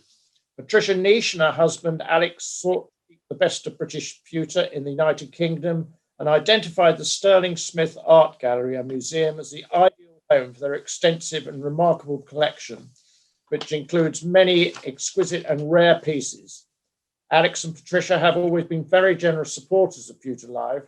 The Neish Memorial Prize is sponsored by Patricia in memory of her late husband. Gordon works in pewter, brass, silver, textiles, and print. He fuses traditional artisan techniques with his own unique methodology, specializing in hand etching surface. His work is highly tactile and textural, providing a sublime accent to both traditional and contemporary interiors. Awards include First Prize Pewter Live 2012 and 13, the Neish Pewter Award in 2012 and 13. That's obviously a very good year for him. And 2019. And the Quest Scholarship in 2030. If you have any questions as we go along, please put them to Elisa in the normal way that you've been doing. Now, this chat is really about Pewter Live, and I don't know which way it'll go, but hopefully it'll be interesting. Pewter Live has been running for 33 years, I think we decided. If I could just tell you a bit about it. Until 1960, the worshipful company of Pewter had really lost touch with the industry. And in 1985, Pewter Live, or Pewter Design Competition, as it was called until 1990, was formed by Ken Target and Charles Grant, and I'm sure others. The aim being to stimulate the teaching of art and design, to raise awareness for second-year students of colleges studying metalwork and design, to understand how comparatively easy, compared to silver, gold, or other metals, pewter was to work with, as it had such a low melting point, roughly 200 to 230 degrees Celsius. Around 1985, pewter was making a resurgence, so it was very timely, and many colleges were pleased to have a new curriculum for their students. In the early days, the company would send a representative from the Pewter Live Committee to speak with each college tutor and students and discuss that year's brief. It never ceased to amaze me how eager and talented most students were, even at that young age. Pewter manufacturers have played an important part in helping with Pewter Live, giving advice and supplying pewter, and even helping the students with problems in creating their entry. Wentworth Pewter from Sheffield has, since 1989, commissioned well over 30 pieces, including the comma letter opener, the tuck twist vase, oil burners, and much more. You imagine how a second-year student feeling having a manufacturer taking up their design and selling to the public. Pleased as punch, I reckon. We've had some wonderful VIPs over the years. We've had Bill Pertwee. I don't know, older members might remember him. Sir Terence Conran, David Linley, Christopher Frayling, and liveryman of the Worshipful Company of Pewterers, His Royal Highness Prince Charles. We have also been fortunate in having Sebastian Conran as a liveryman, who over the years has been a great supporter of Pewter Live, not only giving much appreciated advice, but opening doors into the design world. Up to 2005, the competition was only for second year, for second year students, but it was then decided to expand the competition to include professional designers, and so began the open competition. This was the right move. It has attracted some amazing designs, which in turn has given much publicity through the design-led press. The idea was decided to break the competition into 4 categories, and this was also popular. So we then had decorative arts, jewelry and fashion accessories, fashion total look, and architectural hardware. These have been formulated differently over the years. The idea of including store holders at the hall was also introduced. I think it was 2014. This has been really successful, with manufacturers and many craft pewterers displaying their tempting wares. Over the years, there have been many commissioned pieces produced by the pewter smiths, which has started from a chat at Pewter Live. Also, most importantly, it gives the chance for all the store holders to get together and discuss the trade, and no doubt much more. There were at the time still some pewter tankards for sale, and I vow that in 2017 there would not be any more tankards. Contemporary design area, so no tankards please, and so it became tankard free. Nothing wrong with tankards, but we need to move forward. So to sum up, Pewter Live has been a great success for everybody concerned. It has strengthened links with the industry, manufacturers, designers, and the public. You might like everything, you might not like everything you see, but it's more like a fashion show where you wouldn't necessarily like everything, but it helps raise the profile of the designer. And that is basically about Pewter Live. So before my voice disappears completely, I'm going to hand you over to Gordon, who's going to tell you how he got involved with Pewter in the first place, and we'll run along. Gordon. Hi, Paul. Hi, everyone. Thanks to Jackie, Rachel, Liz, Amy. Really enjoyed the talks there. I discovered pewter really accidentally. And like Rachel, I'd been doing a course in silversmithing. at Morley College once a week.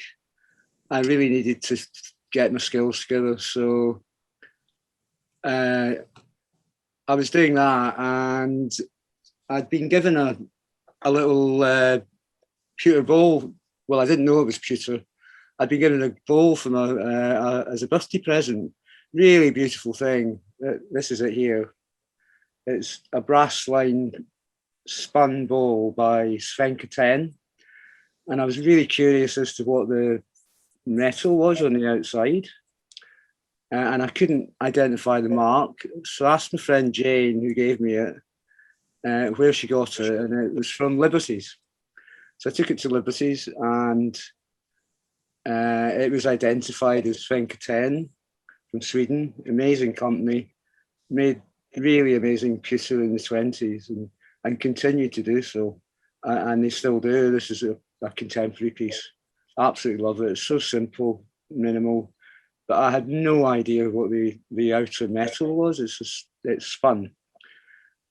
So it was identified as pewter, and so I looked into it because I'd been silversmithing on this course, and I was finding it was really jewellery based, and I wanted to make something bigger. And we'd done a little course in press forming, which I really like doing, and that's where you get a die, like something with a hole in it. A shape, can be any shape, and you press the metal in using a little hydraulic press. And I was really taken with it because it meant you could shape the metal, and like I could shape my etched work. And that was something that I'd always wanted to do, was to shape like an etching plate, or maybe make it into a plate itself, rather than it just being a print, which I'd always worked in as well, like print and textile. And where I worked in my workshops, I realised one of the other metal workers had a really big, real heavy duty, we've still got it here, hydraulic press. I thought, oh, I can make something really big on this. And I had some old etching plates lying about, and I always thought when I was a printmaker and worked in fine art editioning, like the plates always got chucked away, and quite often the plates were actually nicer than the actual prints that were made from them. So I made this is the first thing I ever made that I pressed. It was in copper.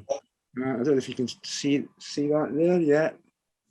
And I took an embossed print from this as an addition, and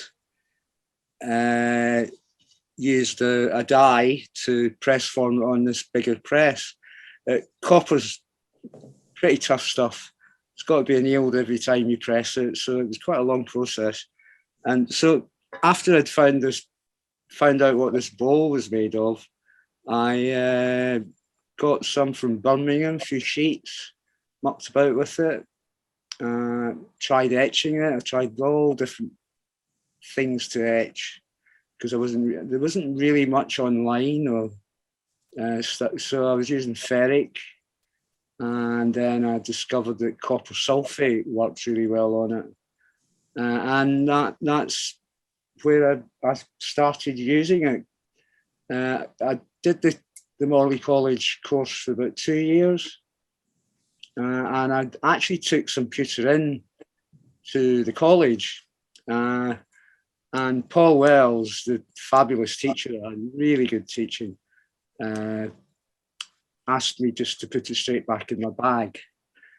I didn't know at the time that pewter could contaminate silver. So he said, just put it in your bag and never bring it back into the studio. So I was a bit dumbfounded by that, actually.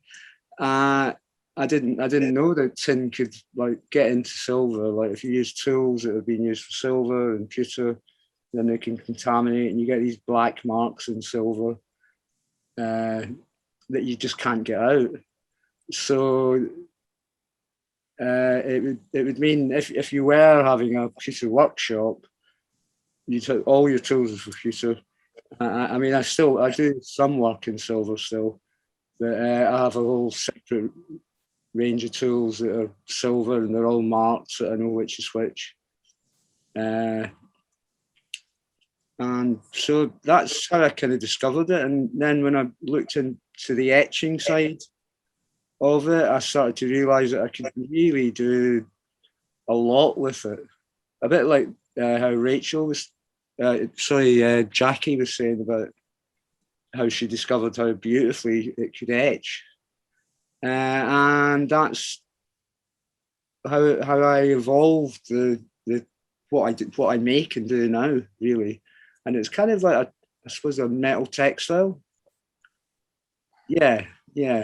So what you're seeing now on the screen, I'd been doing quite a lot of drawings down at Kew Gardens and photographing, and I was really taken by the way plants are like move across the ground, and just really like inspired by it. So I did a lot of drawings in that, and somebody told me about Pewter Live. Never heard of it. It was one of my neighbours in my workshop that had mentioned it, and I thought, well, I'll give it a go, and like I mucked about with pewter. So I came up with this collection of pieces that I'd made from drawings that I did at Kew Gardens and from photographs, and submitted it to the Pewter Live competition, and I won. So that was the start of it, and it's just such a lovely material. I really enjoy using it. It's so malleable, and the finishing on it is so various. I mean, to make it dark, you can make it polished, shiny, almost glass-like, and yeah. So I won Pewter Live, and I really didn't really know an awful lot about it. So I met lots of people at the Pewter Live thing. I met Richard from Wentworth, and was really interested in maybe collaborating with them, and that led on to me getting a Quest scholarship, which there was another thing I didn't really know about. It's an amazing collective of people where they fund in all ranges of crafts and arts, to help them get into the industry or their artistic process or whatever. And I applied for that, and I got that, and that really changed a lot for me, and it made me kind of focus much more on producing giftware, and then that's gone on to extending into interior work. My work was spotted by some quite high-end interior designers, and I've done some quite interesting projects. They always seem to want brass, but I have persuaded them to use pewter in quite a few recent projects, and I always point out that pewter's, it doesn't oxidize like silver, and it doesn't oxidize like brass or copper, where it goes dark. And it's great for cleaners because they don't need to clean it so much; they can just dust it. So yeah, that's how I got into where I am. Excellent. Okay, I'll just move over to Patricia then for the moment. Patricia, I'd like to know how you got involved with Pewter Live. Well, we were living in Argentina at the time, and we'd been to some very posh dinner party where the table was absolutely beautiful, but it was all laid in silver. And I made a throwaway remark to Alex that, wouldn't it be nice to have underplates? And he said, don't be ridiculous. He said, I can't afford that sort of thing. And I said, no. I said, I would like it in pewter because I hate having to polish silver. And at least pewter, all you have to do is dust it or rinse it. So he said, oh, that sounds like a good idea. And for him, it was a big challenge. But there wasn't much British pewter in Argentina. He did acquire some quite interesting pieces, including quite a lot of Jewish pewter. And he got interested in the way it was engraved and the designs and things. And then lo and behold, after all the terrorist uprising and the problems we had in Buenos Aires, we were transferred to Brazil. And he came across John Summers there, who actually produced pewter items, and very nice ones. And then I got my underplates for Christmas. But that set him on the road to collecting. Big time, I have to say. And he'd have these massive telexes sent out to him, giving him all the details of the different catalogues, because there used to be an awful lot of pewter sales in the 70s when we were in Brazil, in the 70s and 80s. And he went mad, and it was some of the best collections came up for sale. So he kind of sort of was able to pick up an amazing amount of things. But, you know, it kind of took over our home. So we ended up buying another flat in Edinburgh to house all this, because we had nowhere to put it. He had almost, by the end, 1,000 pieces, which are now at the Smith in Stirling, including one of Gordon's pieces, which we fell in love with. Thank you, Patricia. So what moved you towards the contemporary pewter then, Patricia? Well, I like some of the older things, and I think some of it's perfectly hideous between you and me, but John Summers' pewter was not really contemporary. It was classical, it was traditional, and he brought it out in three types. He had the matte finish, the shiny finish, or the antique finish, where they literally battered the pieces. And I don't have it anymore because I've actually given it all to my grandson, who's absolutely delighted. Yeah. But yes, no, I mean, there are some very beautiful modern pieces as well, but we got interested in the history of it. Alex sort of did articles on the social implications and the different sort of uses for it and the evolution of it. And I mean, he has pieces in the collection that go back to Roman times. And I have to say, they're absolutely fantastic. All these hundreds of years ago, and they were making beautiful pieces. I mean, How do you think they sold it in those days? you wonder how they did it, you know, because they didn't have that great, you know, such fantastic tools either. But they had designs that you don't see today, and you could pick them out a mile away. I don't know, he got interested in everything. I mean, anything to do with pewter, the stuff that comes out of the Thames, which is full of history. Yes. They ate it from the layer of the mud they're found in and all the little medieval pieces. Mm. And then, I don't know, he just went on and on and on. He gave away his Jewish pewter to the local synagogue here. He gave them about 24 pieces, and they were absolutely delighted. You know, people come from Israel and want to buy it. But these are all family pieces. They're ceremonial pieces, so they're not really for public consumption. And no, I mean, it just took over our lives. I always said it was the third person in our marriage. Very good. A question for both of you, really. Do you think Pewter Live needs changing at all? Do you think maybe we're a little bit behind the curve and it needs going up a notch? It's something that worries me a bit. We've done the same format for many years. Gordon, do you have your thoughts on that? Sorry, Paul. Well, I just think that the format of Pewter Live has been similar for many, many years. Just like everything else in the world, we perhaps should be moving forward. And I think the biggest problem with it now is that because it's not part of, like, say, in the jewellery industry, like in a jewellery workshop or an art school, you wouldn't be able to use it. I think it was the second Pewter Live I did, the School of Fashion. One of the lecturers asked me if I could maybe teach how to use pewter, and I said, well, yeah, it'd be easy enough to do, but I'd need a separate workshop with all separate tools, because it would contaminate the workshop that they had that was all silversmithing and gold.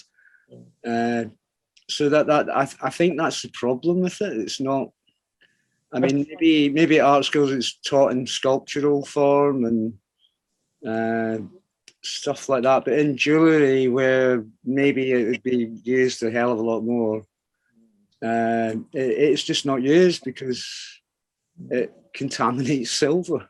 So you've got that economic cost of, you know, having a completely separate workshop. I think where Trish Woods used to teach, they had a separate place. Yes. And I think that's if you look at what's entered from Pewter Live, the colleges that enter the pieces, they all have people that encourage the use of pewter. But I think in a lot of the bigger art schools, and it's not really encouraged in the jewellery side of it. And I think there's a bit of snobbery as well about it, like the goldsmiths, you know, like, oh, pewter, it's the poor man's silver. It's not. It's absolutely amazing stuff, and it really surprises me. It's not. Gordon, we are learning so much about it that I think all the prejudice that we have are gone now, because people know the pewter could be shiny, could be as appealing as silver.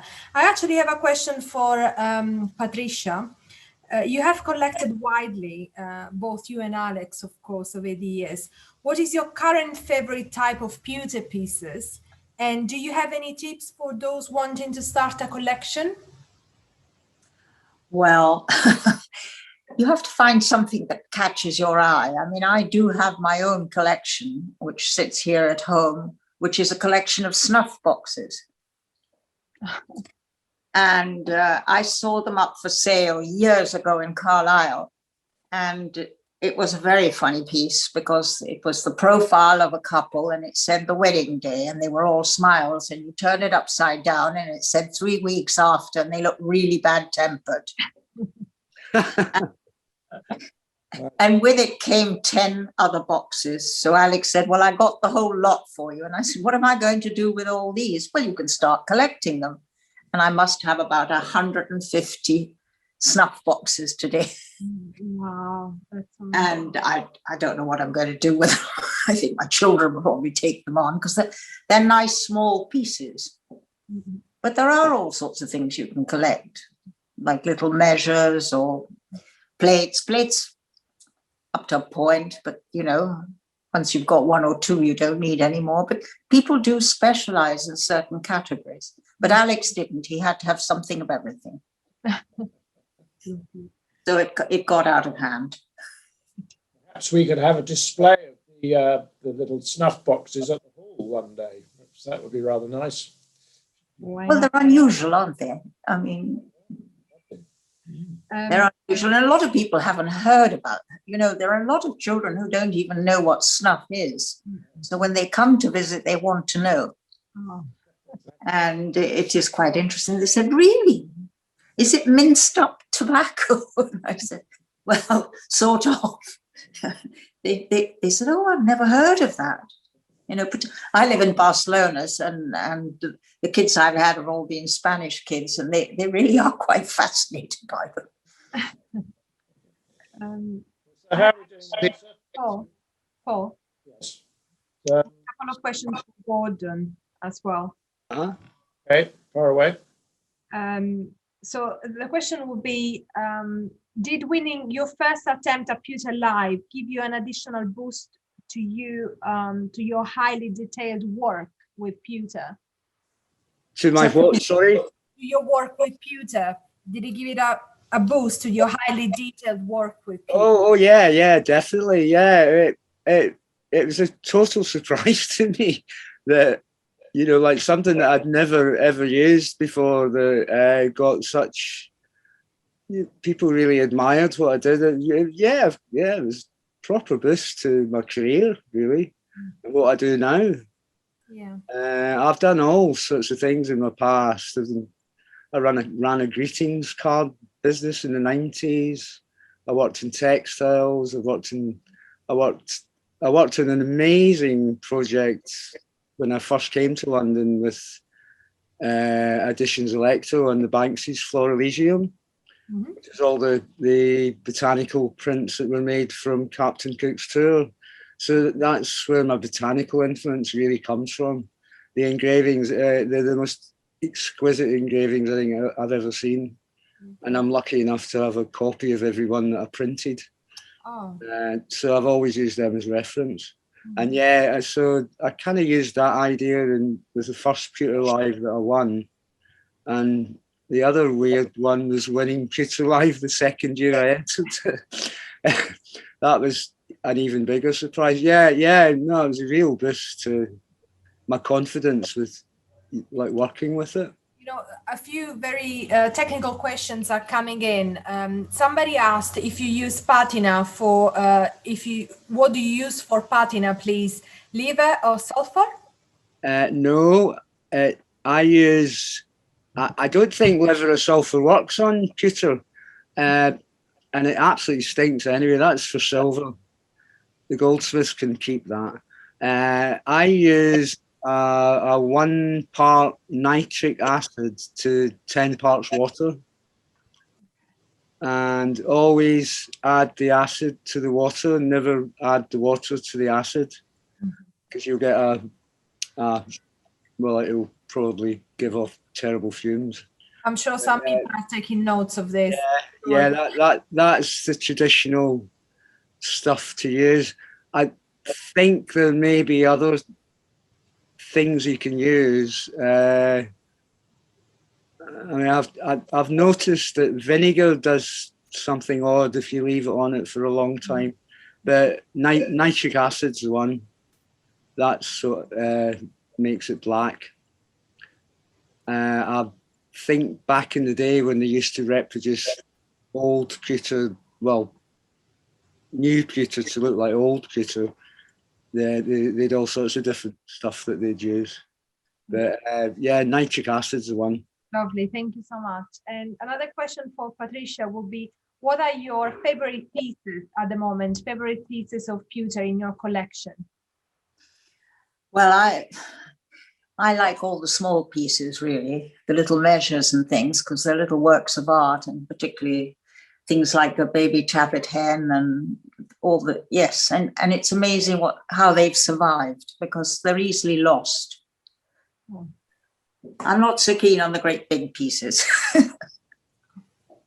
No, but I guess that also you mentioned a few times that you moved from Argentina to Brazil and then Barcelona.